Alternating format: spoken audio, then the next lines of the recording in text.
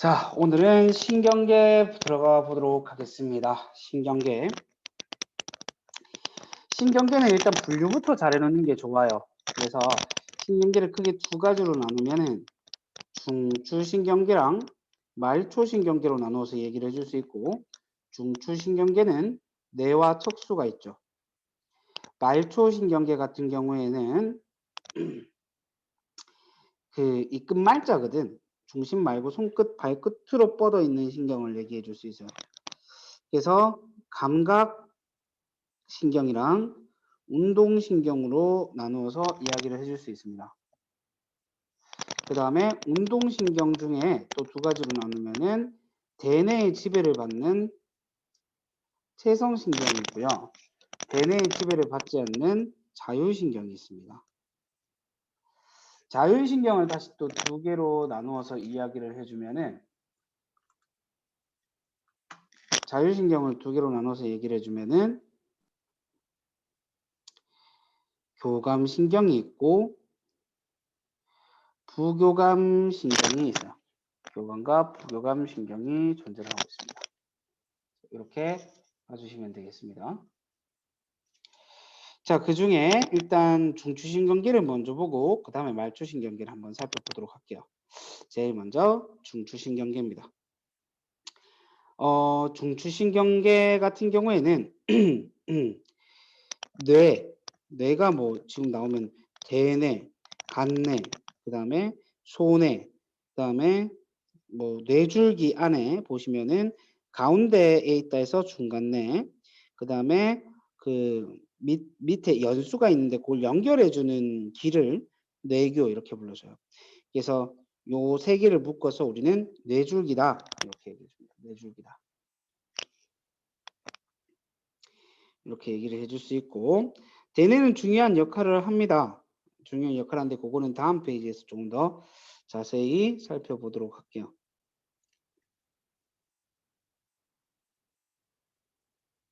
하고 말초신경도 이렇게 나누어서 얘기했을 때 해부학적으로 나누면은 뇌신경이랑 척수신경이 있어요. 그 뇌랑 연결되는 애들이랑 척수랑 연결되는 애들이랑 이렇게 있는데 12쌍, 31쌍 이렇게 존재를 하거든.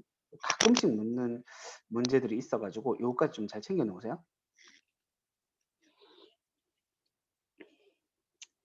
그 다음 자, 대뇌, 소뇌, 간뇌, 중간뇌, 뇌교, 연수 이렇게 살펴볼게요. 중간뇌부터 연수까지는 뇌줄기라는 거.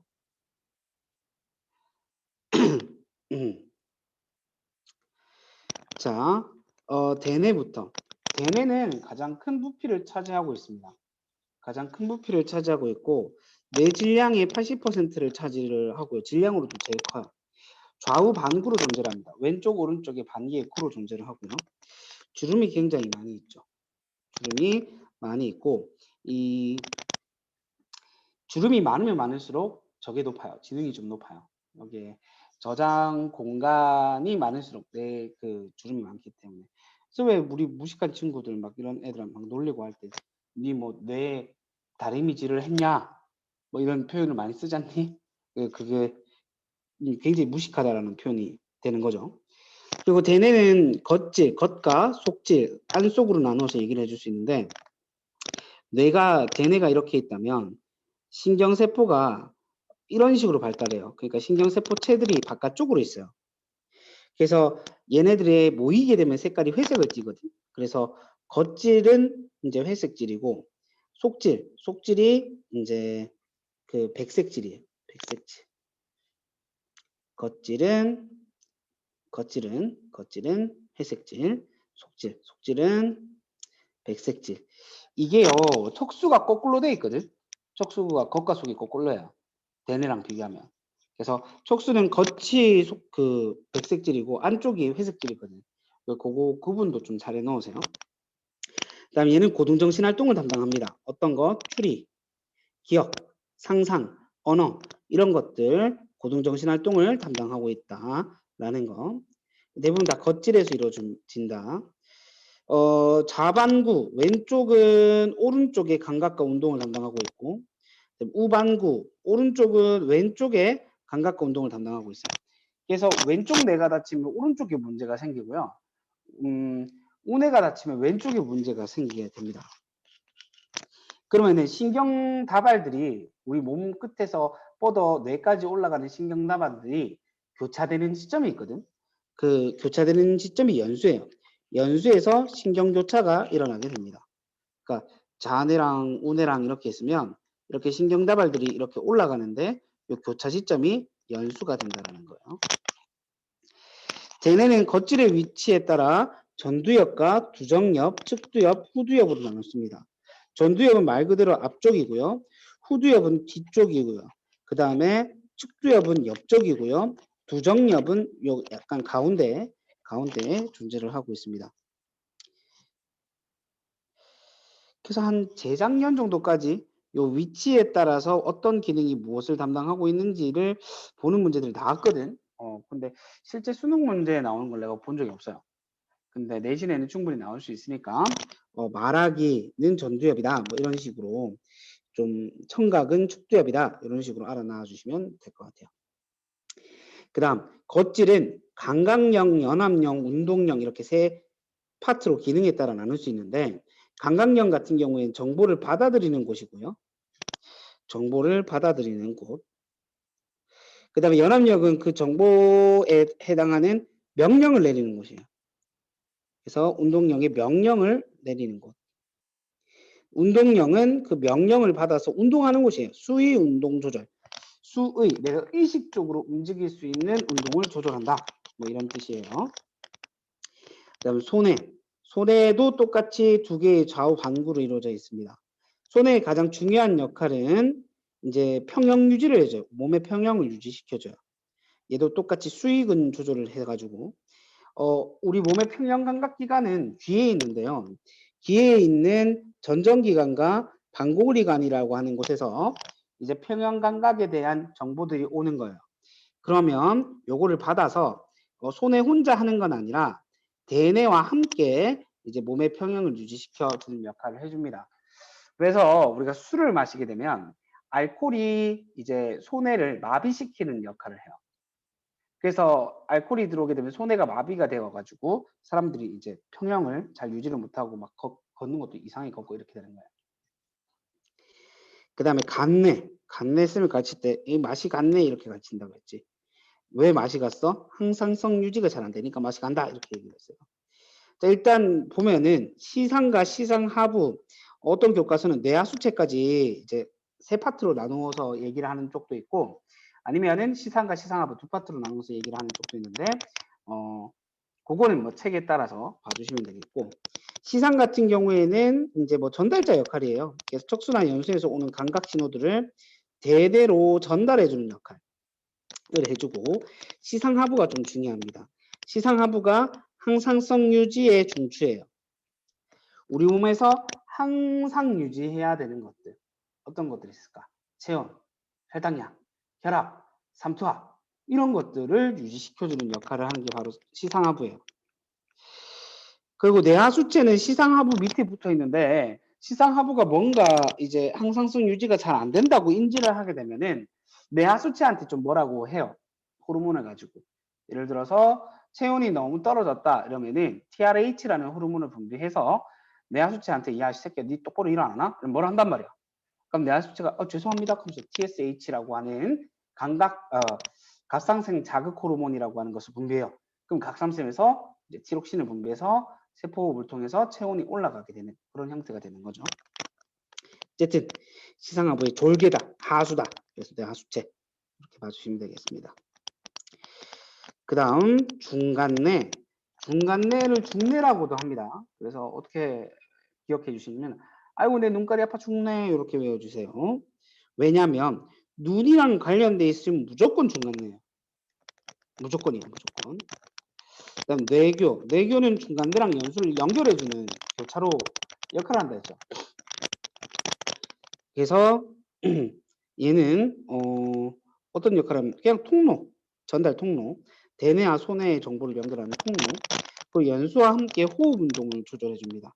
미안해요. 연수와 함께 호흡 운동 조절을 해주게 됩니다. 그 다음에 연수랑 척수는 선생님이 살짝 묶어서 얘기를 해 주도록 할게요. 옛날 아주 먼 옛날 연수 척수 형제가 있었어요. 병신 형제였는데 연수는 식물인간이었어요. 그래서 간단한 생명 활동밖에 못했어요. 어떤 게 있을까? 간단한 생명 활동, 호흡, 심장박동, 소화, 이런 것들 밖에 못했어요. 그 연수는 식물인간임에도 불구하고 엄청난 병에 걸려 있었는데 눈물을 흘리면서 콧물을 같이 흘리고 기침을 하다가 재채기를 하고 구토를 하다가 하품을 하게 되는 병을 가지고 있었어요. 그 다음에 척수도 병신인데 얘는 하반신 마비였어요. 그래서 배변, 배뇨, 반사, 똥오줌을 못 가렸고 그 다음에 회피, 반사. 뾰족한 걸 찌르면 아따가 하면서 피해야 되는데 그런 거 이제 안 느껴지지 않는 거지. 뜨거운 거 같아도 아 뜨거 하면서 이제 좀 피하고 떼야 되는데 그것도 못 하고 아 차가 아 뜨거 아 깜짝이야 요거는 못 했는 거야. 이게 회피 반사야. 그다음에 무릎 반사 이렇게 되는 거죠. 자, 그럼 연수랑 척수랑 중에 누가 형이냐? 연수가 형이라고 했잖아. 왜 연수가 형이냐면 무조건 반사들 중에 목 위에서 일어나는 거. 목 위에서 일어나는 것은 전부 다 연수가 담당하고 있기 때문에요. 그래서 목 밑에서 일어나는 또 무조건 반사들은 보시면 전부 다 척수가 또 담당하고 있는 것을 알 수 있죠. 그럼 이 둘이 형제가 맞냐? 둘이 형제가 맞아요. 증거가 있어요. 둘 다 무조건 반사의 중추입니다. 둘 다 무조건 반사의 중추가 되는 친구들이기 때문에 요것은 얘들 둘이가 형제라는 증거가 될 수 있는 거예요. 그리고 뭐 추가적으로 좀 더 설명하자면은 연수 같은 경우에는 이제 아까 전에 얘기했다시피 신경교차가 일어난다라는 거. 그 다음에 척수 같은 경우에는 넘겨서 좀 보도록 할게요. 통로 역할을 해줘요. 통로 역할을 해주는데 이 척수가 어디 있냐면 척추 안에 있거든. 척추 안에 척수가 있는데 이제 뇌랑 말초신경을 연결해주는 역할을 해준다고 그러지. 이게 통로 역할이에요. 통로. 뇌로 올라가는 길인 거야. 척수가. 자, 척수 중에서 배 쪽이 전근이고 등 쪽이 후근이거든. 전근과 후근으로 나눠져 있어요. 전근과 후근. 이게 배, 이게 등 이렇게 있다고. 그래서 후근에는 감각신경들이 연결되어 있고요. 전근에는 운동신경들이 연결되어 있어요. 그럼 어떤 역할이 되는 것이냐? 확대해서 좀 보도록 할게요. 자극이 오잖아. 예를 들어 뜨거움이라는 자극이라고 해볼게. 손을 갖다 대는데 피부라고 하는 감각기관에서 아 뜨겁대요 라는 정보를 이렇게 주는 거야. 그럼 감각신경이 뜨겁습니다 이렇게 알려주겠지. 그러면 척수가 명령을 내려요. 손 떼라 병신아 이렇게 명령을 내요. 그러면 그 명령을 운동신경이 이렇게 전달하는 거죠. 그러면은 근육이라고 하는 반응기관이 손을 떼게 되는 반응이 일어나게 되는 건데 이렇게 되죠. 뒤로 들어가서 후근으로 들어가서 어떻게 된다? 전근 앞쪽으로 튀어나오게 된다는 거. 이거 좀 알아보세요.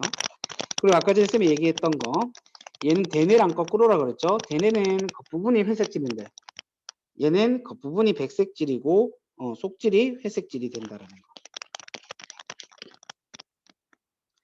까지 정리해 주시면은 척수는 충분합니다. 아까 전에 얘기했다시피 여기 있죠. 배변 배뇨, 무릎 반사, 회피 반사 이 중추가 된다. 자, 그 다음에 의식적인 반응과 무조건 반사 한번 살펴보도록 할게요. 의식적인 반응은 누가 명령을 내리는 거야? 대뇌가 명령을 내리는 거야. 대뇌가. 그래서 자극이 오면 얘들 공을 날라와서 그 보고 피했다 치면 감각기관인 눈이 그걸 보고 시각신경이 중추신경에게 대뇌에게 알려주면 대뇌가 저거 피해 명령을 내리죠. 그 명령을 운동신경이 전달해 피해래요 이렇게 피하래요 이렇게 전달하면 반응기관인 근육이 피해서 반응이 일어나게 된다. 이런 관계. 그래서 누가 명령을 내렸어? 대뇌가 명령을 내렸지. 의식적인 반응은 대뇌야. 무의식적인 반응 무조건 반사. 무조건 반사는 내 의지랑 관계없어요. 그러니까 대뇌가 명령을 하는 게 아니에요. 대뇌가 명령을 하는 게 아니라 이제 대뇌가 아닌 애들이 명령을 해요. 어떤 것들이 있을까? 척수 아까 전에 그랬지. 연수 그 다음에 중간뇌까지. 얘네들이 중추가 되어서 명령이 나가요. 그 중에 눈이랑 관련돼 있으면 무조건 중간뇌고요. 목 위에서 일어나는 무조건 반사들은 연수고요. 나머지는 전부 다 척수예요.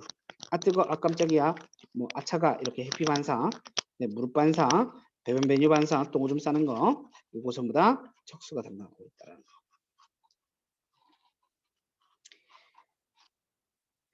자, 이렇게 척수가 혹은 연수가 아니면 중간뇌가 반사를 담당하게 되면 장점이 있어요. 어떤 장점이 있냐면 얘가 이것을 담당하게 되면은 뇌를 거치지 않고 넘어오기 때문에 빨라요. 겁나 빨리 반응이 나올 수 있어요. 그래서 자극이 오면은 척수에서 바로 명령을 내리고 명령이 바로 나가면서 손을 떼게 되는 거죠. 그래서 좀 빠르다라는 거. 그래서 우리 몸을 보호하기가 쉬워요. 그렇게 생각을 해주시면 되겠습니다.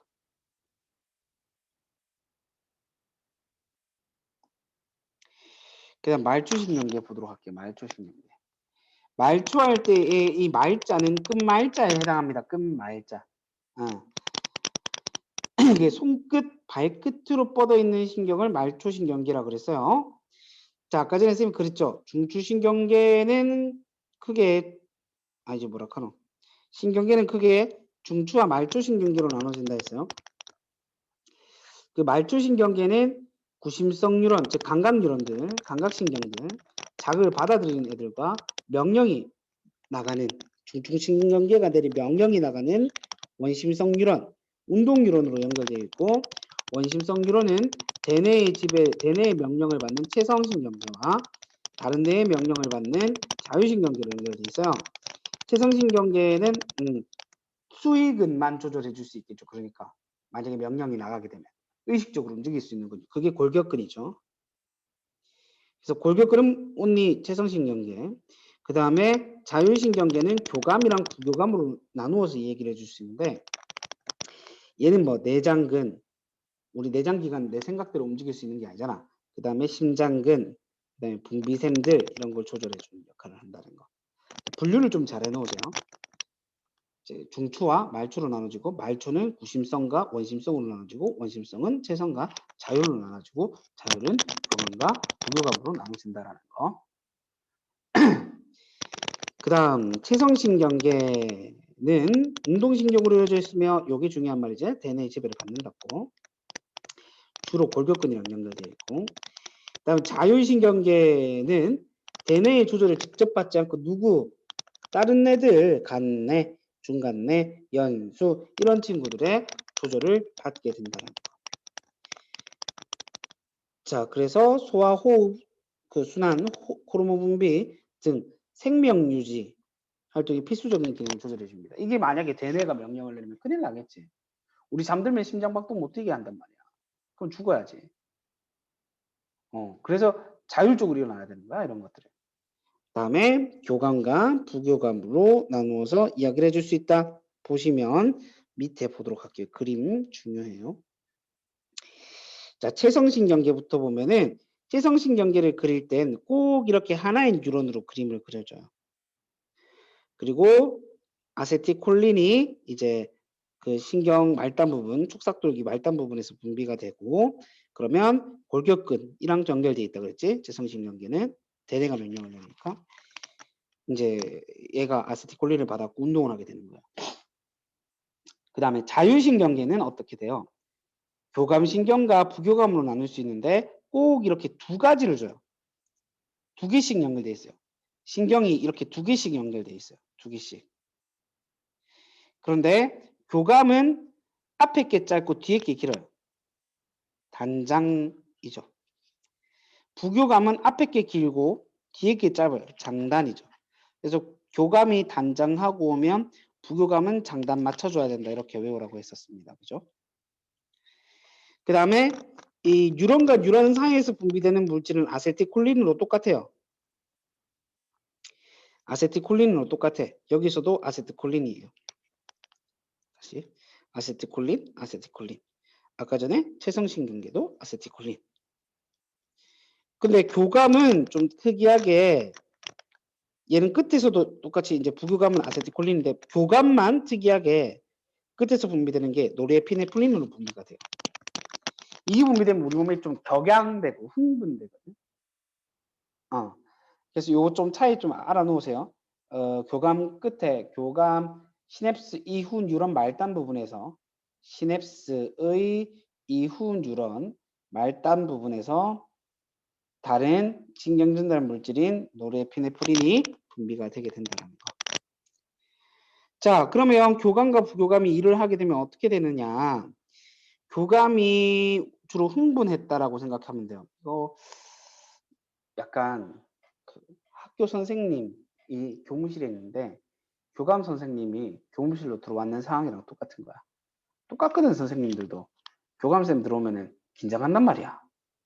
교감쌤이 들어오면 꼭 잔소리밖에 안 하니까 동공이 확대되면서 막 기관지가 확장되고 심장 박동이 빨라지고 막 교감쌤이 뭐라 하면 밥도 잘 안 들어가고 소관이 억제되고 쓸개질도 소화액이죠. 억제돼서 밥도 잘 안 들어가고 소화도 잘 안 되고 그 다음에 화장실을 갈 수 없어.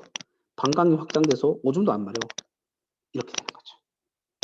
그 다음에 부교감은 평상시이기 때문에 평상시 형태이기 때문에 딱 반대가 된다라는 거 알아놓으시고 그 다음에 요것도 좀 잘 챙겨 놓으세요. 교감은요 항상 어디에서부터밖에 안 나오냐면 척수한테서밖에 안 나와요. 끝이 항상 척수랑만 연결돼 있어요.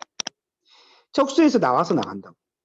그런데요 부교감은요 중간 내에서도 나오고요 연수에서도 나오고요 척수에서도 나와요. 별거 아닌 것 같죠? 문제 풀 때 꼭 나와요. 기응님, 디귿 문제 중에. 잘 알아놓으세요.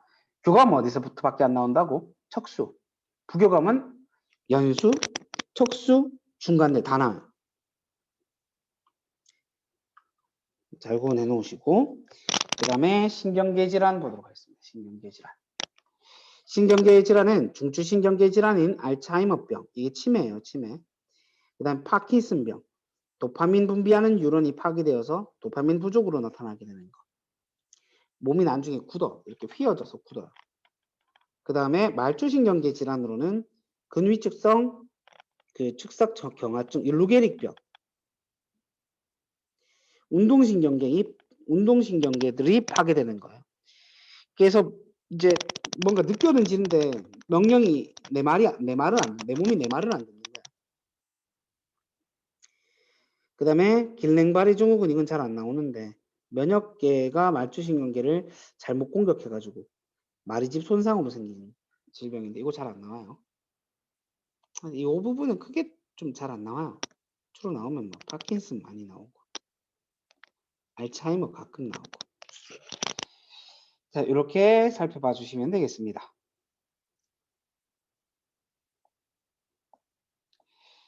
그 다음에 호르몬 파트부터는